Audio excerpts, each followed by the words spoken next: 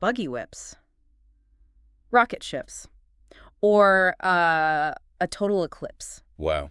Okay. Yeah, I'm going to put you on the spot right now. Uh, If you had to pick one of those metaphors to describe the current state of higher education right now in the age of AI, which one is it? well, that feels like a trap. It does. It sounds like a psychological test where every single answer is wrong. Or, I don't know, maybe the start of a very bleak nursery rhyme. It really does, doesn't it? But it's actually the framework for our deep dive today. Right. We're looking at a Friday SLO Talk. Which is a webinar series for educators, for those who don't know. Exactly. And this specific one features Dr. J.D. Mosley-Matchett. She makes this really compelling argument that higher education is currently fracturing into these three specific narratives because of AI. And I think we need to be clear for everyone listening that the stakes here are incredibly high. Oh, for sure. We aren't just talking about, how to stop students from using ChatGPT to write their midterm essays. We are talking about the actual economic and structural viability of the university itself. And Dr. Mosley-Matchett, she isn't just an outsider throwing rocks at the building. No, she's been in the trenches. Yeah, she's been a professor, a dean, a vice president of academic affairs, and right now she's a senior assessment developer at Western Governors University. So she knows the system inside and out. She has seen the beast from the inside. She has battled the legislators. She's overhauled the curriculums. So when she says universities are basically choosing right now between being a buggy whip, a rocket ship, or facing a total eclipse, we really need to pay attention. Absolutely. So let's start with that first one, the buggy whip. Because to me, that just screams obsolete. It does. It's the narrative of nostalgia, really. Yeah. And honestly, it's where a whole lot of traditional academia is currently just completely stuck. It's this belief that the old ways are inherently superior simply because they're old. Like the whole sage on the stage thing. Right. The professor standing at the podium, all the students sitting quietly in the lecture hall taking notes. The classic college movie scene. Exactly. And for centuries, that model worked. But it worked because of scarcity. The professor had the book, and the students didn't. Right. The professor had all the knowledge, and the students were essentially empty vessels waiting to be filled up. But I mean, that monopoly is totally dead now. Completely. Between YouTube, Coursera, and now these massive LLMs, the actual content part of a degree is effectively free. You can just look it up. Exactly. If a university's main value proposition is just, access to information, they're selling ice in the Arctic. That's a great way to put it. But Dr. Mosley-Matchett dropped a nugget here that actually stopped me in my tracks when I was reviewing the source. She talked about the literal buggy whip industry. I loved this part because usually when we say buggy whip, we mean a totally dead industry. Right, like Blockbuster. Yeah. But she pointed out that buggy whips didn't actually disappear. No, they didn't. They evolved. If you go buy a buggy whip today, it is not a leather stick for hitting a horse. What is it? It's this high-tech fiberglass pole with LED lights on it. Oh, right, for like dune buggies. Yes. Used for visibility and off-road racing. Yeah. They shifted from being this mass-market utilitarian tool to a very specialized high-performance safety product. That is such a massive reframing. So the lesson for you listening isn't that universities are just dying and going away. No. It's that they can't be the utilitarian provider anymore. AI is the utilitarian provider now. Exactly. It's the transition from a commodity to a luxury, or at least to a specialty.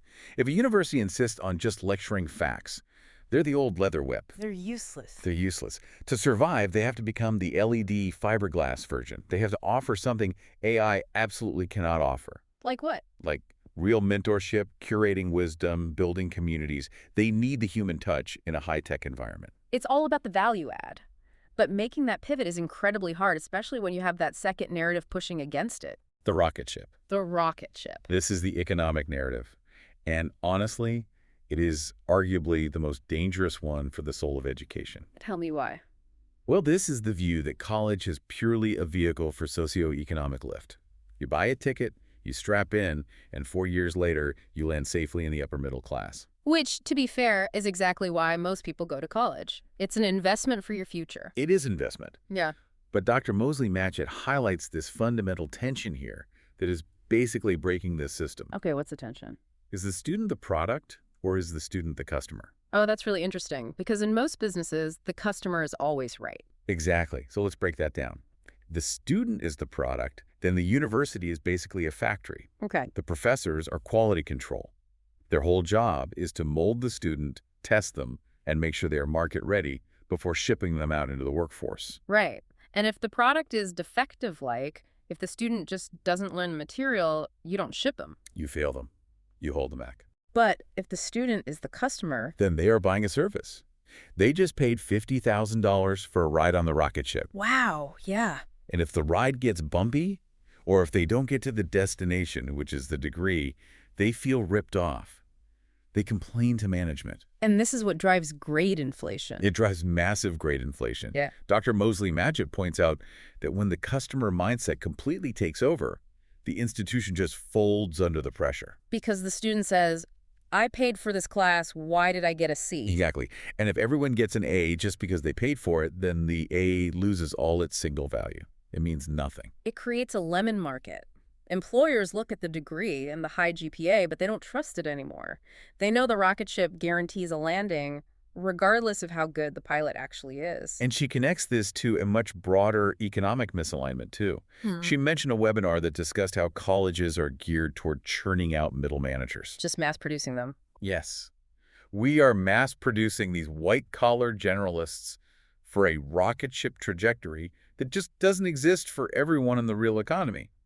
We don't need that many middle managers. That's the whole degree inflation problem. We suddenly require bachelor's degrees for jobs that definitely don't need them. Right. And then we produce all these graduates who expect these high-level jobs that just aren't there. Her solution to this is differentiation. She argues that we really need to stop the homogenization of colleges. What does she mean by that? She means community colleges should own the skills and trades lane without any shame.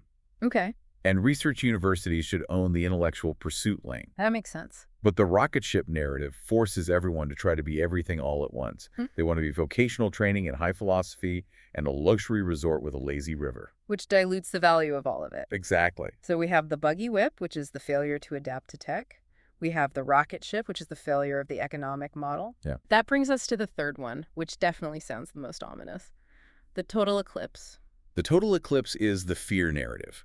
It's the absolute game over scenario. where AI just takes over everything. Basically, the idea is that AI becomes so capable writing code, drafting essays, solving complex proofs, that the university simply goes dark. Why pay tuition when the oracle of all human knowledge is just sitting in your pocket for free? Right.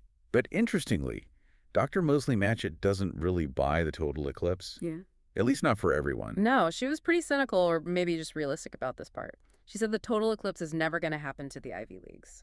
Because of the network. Exactly. The rites of passage. For the really wealthy elite, going to college isn't actually about learning the curriculum. It's about who you meet. It's about meeting the other people in the room. It's about getting that credential as a social signal.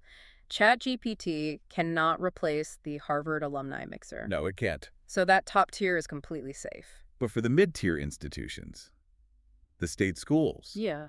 the regional universities, They are right in the danger zone.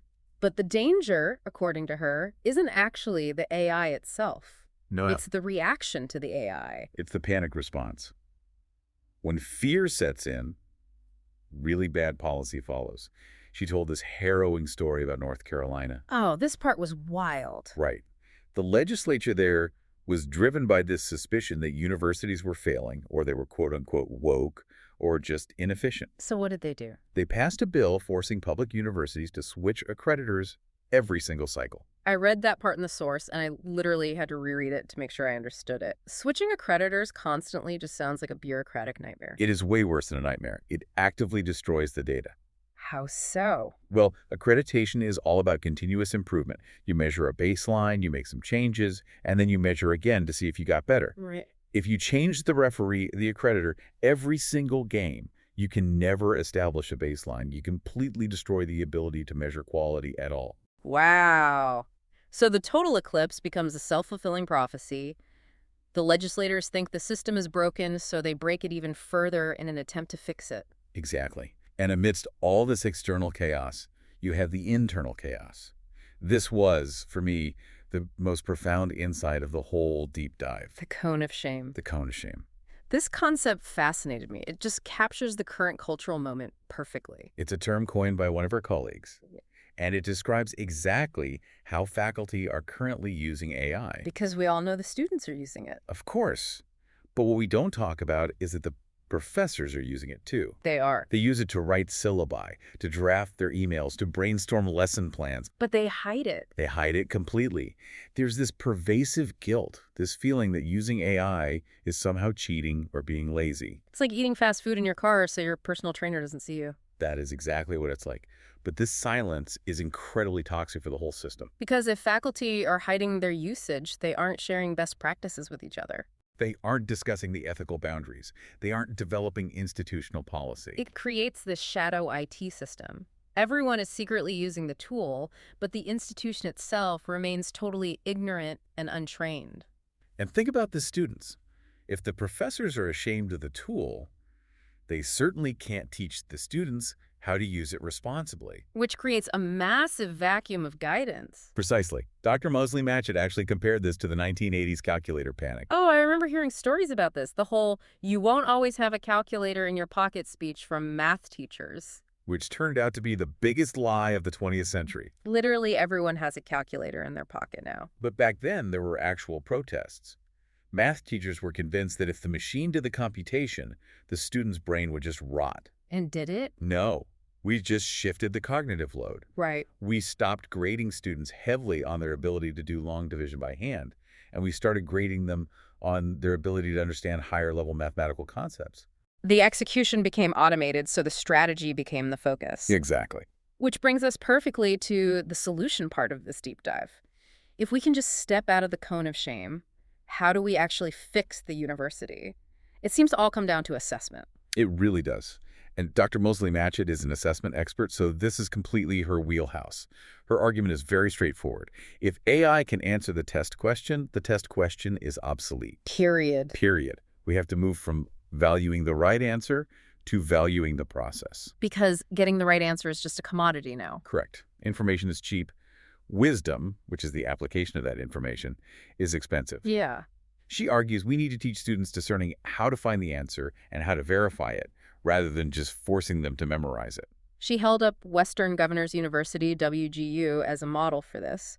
And I want to dig into this for a second because their model is radically different from the traditional semester system that most people are used to. It is. WGU uses what's called competency-based education. Can you explain the economics of that for our listeners? Sure. In a traditional university, the currency is the credit hour. You are essentially paying for seat time. Right. You sit in a chair for 15 weeks, you get 3 credits. Exactly. And it doesn't matter if you learn the material in week 1 or week 15 or if you never really learned it at all. The time spent is the metric. It's almost like a prison sentence model. You just serve your time. WGU completely flips that. Yeah. They say, we don't care how long you sit there. We only care what you know. Okay. She used this great example of an accountant with 20 years of experience who decides to return to school to finish a degree. Yeah. In a traditional school, that seasoned accountant has to sit through Accounting 101 for 15 weeks with a bunch of 18-year-olds. It's a total waste of time and money. But at WGU... At WGU, that accountant can just take the final assessment on day 1, and if they pass, if they demonstrate the competency, they get the credit immediately and move on to the next thing. That seems incredibly efficient, and it seems like AI fits into this perfectly. It does. Because AI acts as a massive learning accelerator. If having an AI tutor helps you master a complex concept in 2 days instead of 2 months, the competency model rewards that speed. While the traditional model punishes it, or at least it doesn't recognize it at all. Right. So the future isn't about time served, it's about skills demonstrated. But there was another layer to this whole AI integration that I found really touching in the source. The equity angle. Yes, the equity angle. This is a perspective I hadn't really considered before. We usually frame AI as a crutch for lazy students. Right, the cheating tool. Exactly. But Dr. Mosley-Matchett and a participant named Enrique framed it as a massive leveler. The secretary analogy. Yes, walk us through that. Well, she pointed out a really important historical truth. The wealthy and the powerful have actually always had AI. They just called them secretaries, editors, and speechwriters. Exactly. When a famous CEO sends out a brilliant company-wide memo, he probably didn't sit there checking the grammar. No, his staff did. He had the core idea, and they executed the technical writing.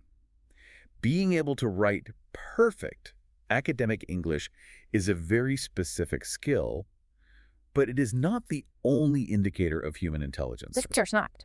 There are brilliant engineers, brilliant strategists out there who really struggle with syntax.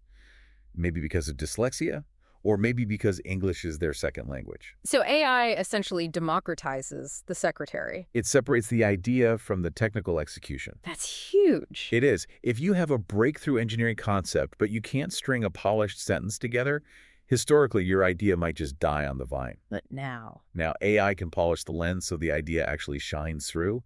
It removes the language barrier as a gatekeeper to success.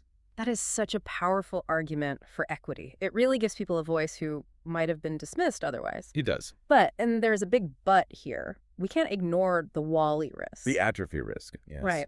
Giselle, one of the webinar participants, brought this up with a really personal story that struck a chord. She talked about having a 2.2 GPA in her undergrad.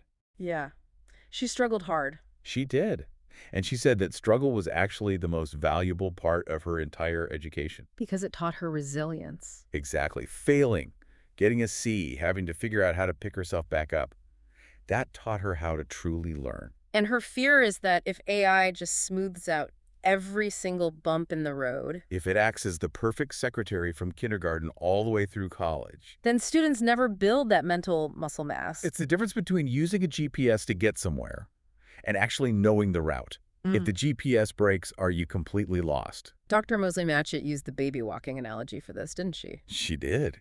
You don't grade a baby a C- when they fall down trying to walk. No, you let them fall. You actually want them to fall. If you held them up constantly so they never fell once, they would never develop the core strength to balance on their own. So we risk raising a generation that can't walk intellectually on their own. That is the danger. So how do we thread this needle? We have the buggy wick, where we can't be obsolete. We have the rocket ship, where we can't just be diploma mill. And we have the total eclipse, where we can't let fear paralyze us. Right. What is the actual survival trait here? Well, it's not having the best coding skills, and it's certainly not just wealth. It's curiosity. Say more about that. Why curiosity? Dr. Mosley-Matchett was asked explicitly during the talk who survives this disruption. Yeah. And she said the faculty who survive and the students who survive are the ones who remain curious. Because fear makes you hide in the cone of shame. Exactly. Fear makes you ban the tool entirely. Curiosity is what drives you to open up the black box and see what's actually inside. It's the willingness to just say, I don't know how this works, but I'm going to find out. And the willingness to redefine your own value. If the machine can do the facts, the grammar, the basic code, then the human has to double down on the why and the how. It pushes us up the wisdom pyramid. Ideally, yes, if we are brave enough to let it do that. You know, this whole conversation sparked a final thought for me. Oh, yeah. Yeah. We constantly worry about AI making everyone sound exactly the same. You know, robotic, generic, boring. Sure. But if AI really does become the ultimate speechwriter for everyone, if it strips away all the technical barriers of bad grammar and poor typing... Then the playing field is technically totally level. Right. And if everyone sounds articulate, then just sounding smart is no longer a differentiator for you. That's true. The only thing left is actually having something interesting to say. Wow. That is a really provocative thought. We might be entering an era where style is cheap and substance is the absolute only currency left. And honestly, that sounds like a world I would actually like to live in. Me too. We're going to leave it right there for today. For everyone listening, don't be a buggy whip, and please, stay out of the cone of shame. Thanks for joining us on this deep dive. Take care, everyone.